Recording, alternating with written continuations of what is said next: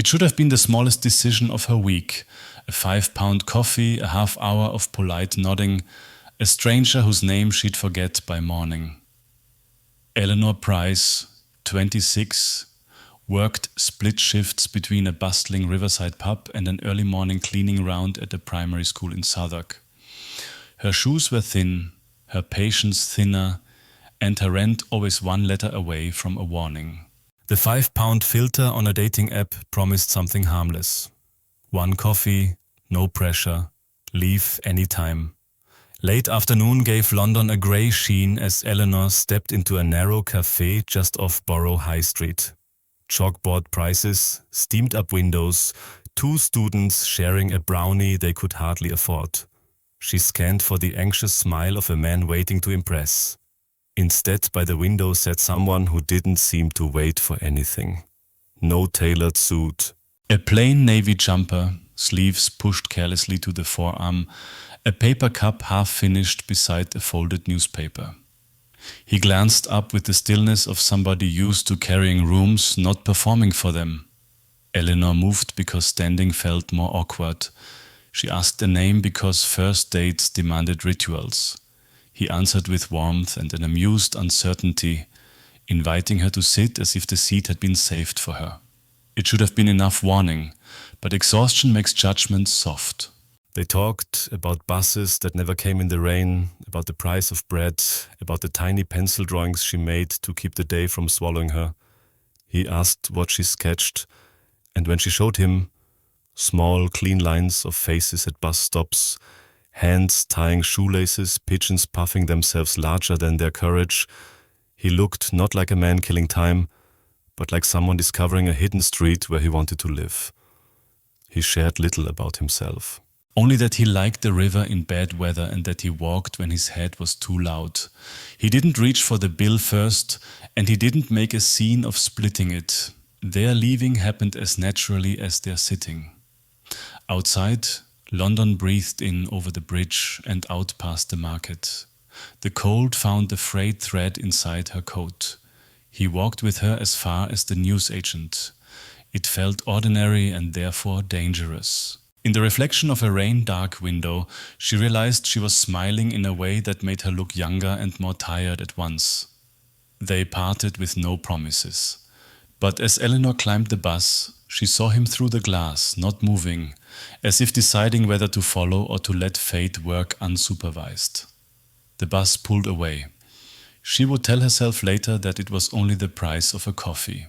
But the next morning, a black car idled outside her pub before she finished her first tray of teas, and the driver who stepped out wore the same navy jumper. Except now the street seemed to notice him too. Southwark looks different when someone important stands in it. The pub's regulars tracked the man at the door the way gulls watch a tide change. Not hostile, simply alert. He wasn't in a suit, but his name, Thomas Whittaker, arrived ahead of him, carried by the bartender's widening eyes and the gasped whisper from a supplier stacking crates out back. Whittaker, city financier, a man who once pulled a failing firm from the Thames by its shirt collar and walked it, coughing, back into profit. Widower, father. A face that usually lived in newspapers Eleanor didn't buy. He stepped inside like a man apologizing for the weather.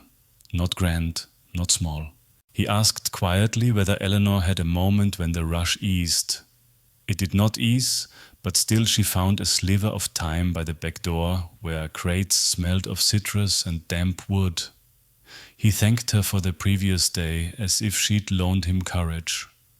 He mentioned a child, Jamie 6, who needed new boots because boys outgrow them faster than promises. Eleanor felt something in her chest tilt. Fathers spoken of with ordinary affection were rare in her world of hurried people. He said nothing of the city. She said nothing of nearly being late that morning because the bus driver had needed a smoke and a prayer. London stretched between them like a cat that knows it will be stroked eventually. A week later, by accident that wasn't accidental, They met again. It happened near the gates of a primary school where Eleanor's morning mop had just chased the last puddle. He arrived carrying a cardboard rocket Jamie had made. The rocket molted glitter as if traveling at light speed. Thomas listened to his son holding the universe together with sellotape and belief, and Eleanor watched a man learn the language of patience in public. The boy's shyness evaporated when she crouched to admire the rocket's crooked fin. She complimented its stability during re-entry, and Jamie beamed with the authority of an inventor. When the bell rang and swallowed his son, Thomas's posture softened in a way that stung. He turned back toward the road with a look people wear after someone leaves they wish would stay. They walked past a charity shop window where second-hand wedding dresses hung like ghosts with patience. Eleanor almost laughed at the idea that such fabric had ever fit lives without alteration. She kept her hands in her coat, safe from impulse and from the memory of how he'd looked at her sketches like they mattered. That evening, the pup breathed out slow after last orders. Her phone shivered with a notification that didn't sound like any she knew. A link, a headline, a photograph from across the street the day of the cafe. Eleanor and Thomas framed by a window brimming with condensation. Her sketchbook midway between them like a secret being transferred. The caption was efficient. Whitaker's mystery woman. The comments moved faster than thought. Some kind, most not. She closed the screen, but the words crawled under the door anyway. There are battles you can fight and those you can only tidy up after. Eleanor chose retreat. She changed her routes, learned which side streets deliver you to main roads without being seen, and said no to after-work drinks with a politeness polished by survival. Inside the pub, the same hands that asked for ales now asked if it was true, like gossip bestowed kindness. She'd smile and pour and keep the glass between them as a shield. Thomas didn't call. He understood the economy of silence, how it can cost less in the short term and more than you own in the long one. Instead, the world called for him. Interviews he declined. Photographers he avoided with a calm that looked like arrogance. Someone posted a grainy shot of him buying school socks. The internet debated whether rich men used baskets or their hands. Eleanor went to work, then went home. Her flat above the locksmith on Great Suffolk Street had thin walls and a view of nothing that could be sold. She placed her sketchbook on the table and did not open it. The cover watched her with the accusation of neglected instruments. When she finally lifted it, her first line refused the paper and landed on her instead. A raw mark of self-doubt. She drew anyway. The tea stain on the pub's backroom floor, shaped like a map of an island nobody wanted. A pair of buses kissing in traffic. A woman outside the pharmacy holding a bag as if it carried her last good chance. Parade of small courage, page after page. On a Wednesday that carried rain like a habit, she left by the back alley and nearly collided with a woman who did not belong to Alice. Tailored camel coat, hair laid with precision, eyes the color of old coins. The woman introduced herself with the kind of smile one learns in schools where history is taught as destiny. Charlotte Reed, once briefly engaged to Thomas, still stubbornly engaged to his world. Charlotte wasn't cruel in the way of tabloids. She was efficient in the way of boardrooms. She explained the weights and balances of certain families. She sketched out what would happen to someone like Eleanor if she tried to live on a shelf where crystal and bone china resent the muck. Her tone didn't rise, only her perfume did. Eleanor listened because refusing to listen would have been a performance, and there had been enough of those. When Charlotte finished, the alley went on smelling of rain and bin liners. Eleanor's reply didn't carry much, just air warmed by refusal. The woman left, her heels placing full stops behind every step. That night, Eleanor washed her hands until hot water pretended to be bravery. She told herself how to breathe through a small heartbreak. She rehearsed a life in which the day returns to how it was and is tolerable again. Across the river, in a house cleverly disguised to look understated, Thomas ate alone, while a pair of football boots dried near the radiator. He stared at a school letter about a class assembly that asked for a parent or carer to share something about their work. He wrote his name, then crossed it out, then wrote it again. Some choices, once made, change the lighting in every room you enter. The apology didn't arrive in flowers or text, it came wrapped in weather. A week later, rain fell in straight lines, the kind that pretends to be cleansing but mostly makes you cold. Eleanor turned the corner toward her flat and saw a figure waiting by the locksmith's darkened window. The navy jumper had surrendered to a coat, the coat to the rain, the man to the need to say something without witnesses. There are speeches one makes because silence is worse. Thomas spoke badly and therefore honestly. He said he should have told her who he was and that he hadn't because he liked being a person around her instead of a headline. He said he would be saying the wrong thing now because that is what men do when they are out of practice at the right things. He said her drawings had the kind of mercy he had forgotten to give himself. She did not forgive him. Forgiveness is not cheap. It is lay-by with steep interest. But she did not go inside and let the door do the speaking.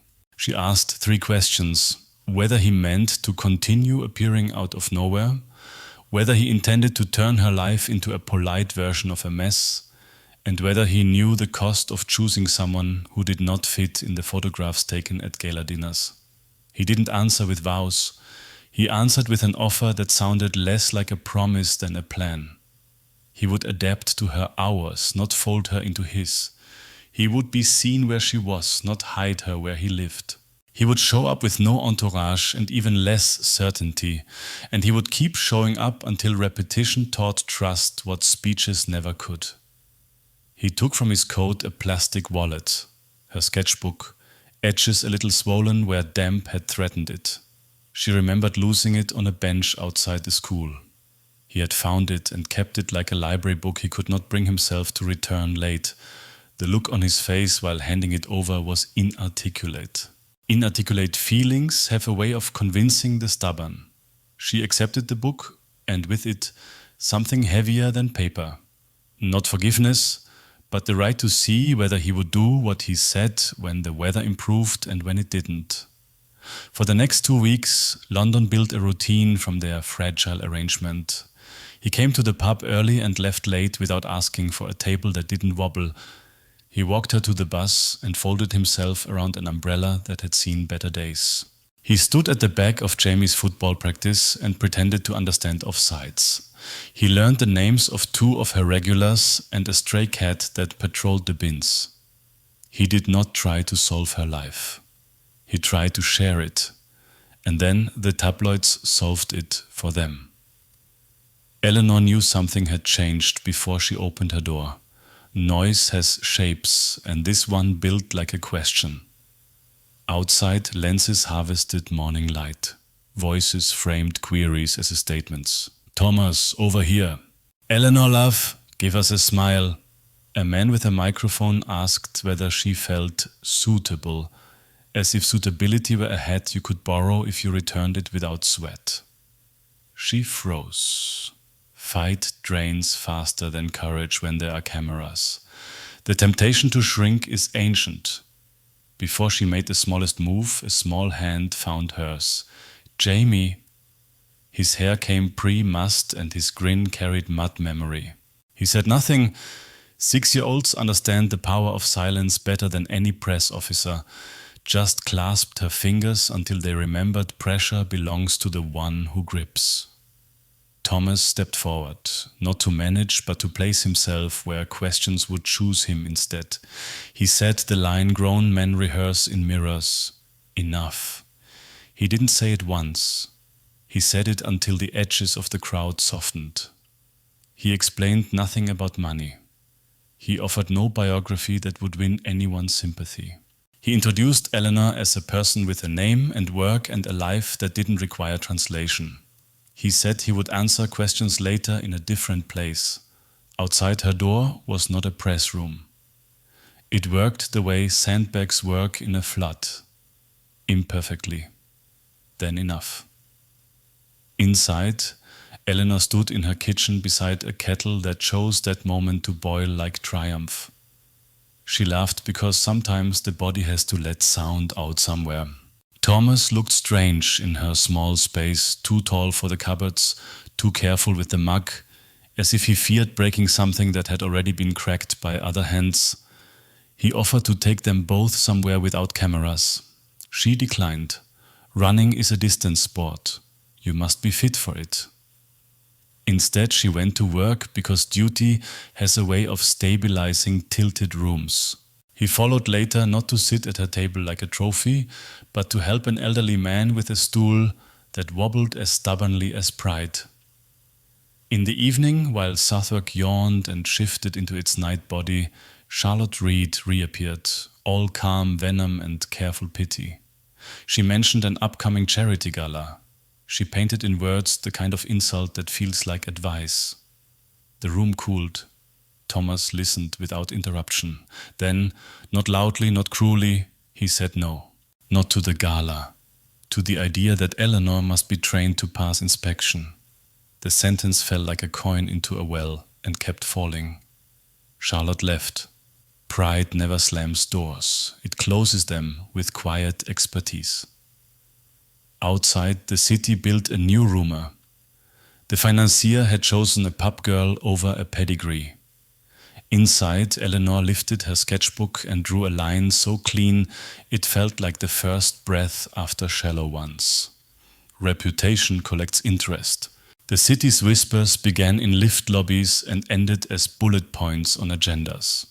A client codenamed Harrier wondered aloud whether domestic instability affected decision-making.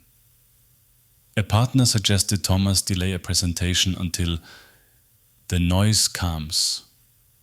A board member's smile came with a warning tucked behind it like a blade behind flowers. Thomas did the only stubborn thing left. He told the truth to the people who required it. He explained that his attention had widened, not thinned. He pointed out that markets are moved by numbers, not photographs. He admitted that being a father and a man who loves someone is not a conflict of interest, but an end to one. Meanwhile, Eleanor encountered a different currency. The pub's owner, who knew more about people than ledgers, slid an envelope across the bar containing a note for emergencies only. A teacher from the school sent word that Jamie's assembly was moved forward and that parents were welcome to attend even if their shirts didn't iron properly. A woman who'd once asked for a free top-up pressed a tin of homemade biscuits into Eleanor's hand with a look that translated as, "We all require mercy." But the bill had another line item. A rumor, wrong but tidy, suggested Eleanor had quit her morning job because Thomas had sorted her out. She considered composing a press release and laughed at herself.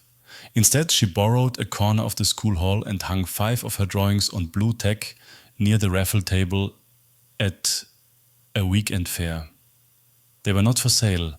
They were there to show work done to steady a mind. Jamie dragged Thomas to the drawings. The boy narrated each picture as if he had commissioned them. The head teacher, recognizing a story with useful edges, asked whether Eleanor might run a small lunchtime drawing club. The school could pay a modest fee from a grant that survived by acting humble. Eleanor said yes and then went home and cried because sometimes grace arrives disguised as small tasks. When the charity gala came, Thomas went wearing a suit that fit because he had paid people to make it so. He shook hands with donors who considered their opinions civic duties. Halfway through the speeches, he stepped out onto a balcony where London glittered like a jewelry counter. He called Eleanor not to ask permission for anything, but to narrate a thought, that some rooms make you smaller unless you carry a person in your head who enlarges you. She listened to his voice, stretched thin by distance, and decided to do the bravest, unshowy thing. Stay. Not in his world, in hers. Consistency is rebellion when people expect spectacle. Spring arrived as London's apology for winter. Daffodils survived traffic islands. People forgave each other on pavements without meaning to. The press didn't disappear, it mutated into curiosity without malice. A Sunday supplement asked for a home interview. Eleanor declined. Home is not a set. Then the head teacher phoned with the tremor of someone delivering both good news and responsibility. The council planned a small community exhibition, Faces of the Borough. Local artists could display work in the library for 2 weeks. There was a modest stipend. Would she submit? Eleanor nearly said no and caught herself. Fear wears reasonable coats. She said yes because Jamie's handwriting on a thank you card had told her that doing a thing badly is still better than not doing it. She curated 9 drawings. Not grand scenes, only the particular human weight of ordinary minutes. A barber sweeping after closing time. A nurse eating a sandwich on the church steps at 3 a.m. A man asleep on a bus with a parcel tucked into his coat like a child. She wrote no captions, let the work do its own talking. Opening day tasted of weak squash and digestives. Eleanor stood near her pictures trying to look like someone else had drawn them. People paused. Some smiled the way you do when you recognize your own mother's hands in a stranger's. One woman cried and claimed hay fever. Thomas arrived late because meetings are colonizers. He slipped in with the relief of a man who has missed 2 trains and still found the platform. Charlotte came too. Even Grace likes an audience. She walked the line of drawings with care and then stood in front of one longer than was polite. When she turned, the armor had shifted. She said something almost gentle about honesty on paper.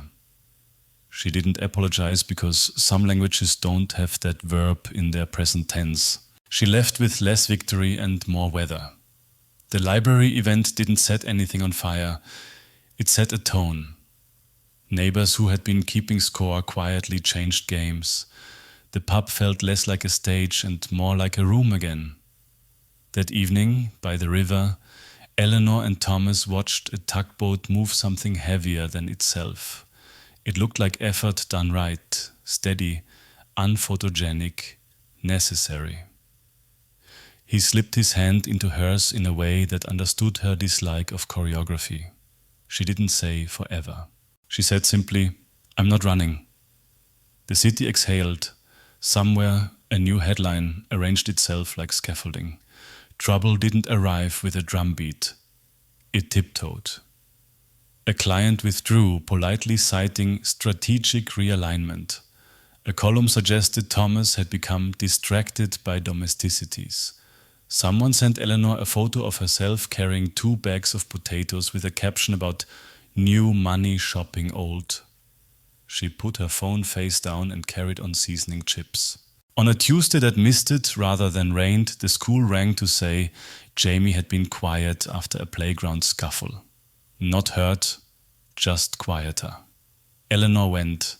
She found the boy in the reading corner, a book open on his lap at the picture of a bear wintering well. He looked up and didn't perform bravery. She told him, with the authority of the underpaid, that people say strange things when they are scared and that it is allowed to be sad when adults behave like children. They walked home the long way. At a crossing, Thomas waited, his tie loosened in the way ties protest rolls. He bent to Jamie first and to Eleanor second. 3 people made a shape the city couldn't account for with its tidy labels.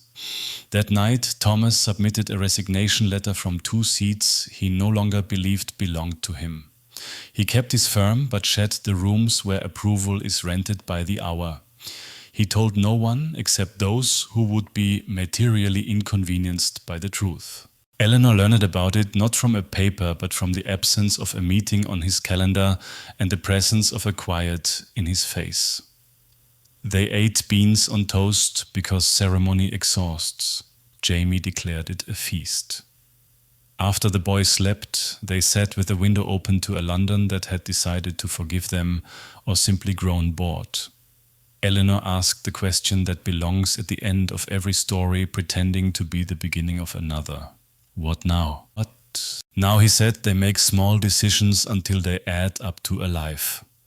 She would keep the pub for as long as her feet allowed and the school drawing club for as long as the pencils lasted. He would work in ways that paid less in applause and more in time. On Sundays they would miss buses on purpose. A month later they returned to the cafe where the 5-pound rule had started the arithmetic. The chalkboard still lied kindly. She put a crumpled note on the table. He laughed because ritual saves us from ourselves. Jamie, hopping on one foot to test a theory about gravity, asked whether mistakes could be good if you learned quickly. Eleanor said somewhere, and some were simply the path you'd needed, mislabeled at the start. They left with nothing settled that could be sold as a headline. That is the luxury. Outside, the river carried boats and bad ideas and hope at the same speed. This isn't a wedding photograph.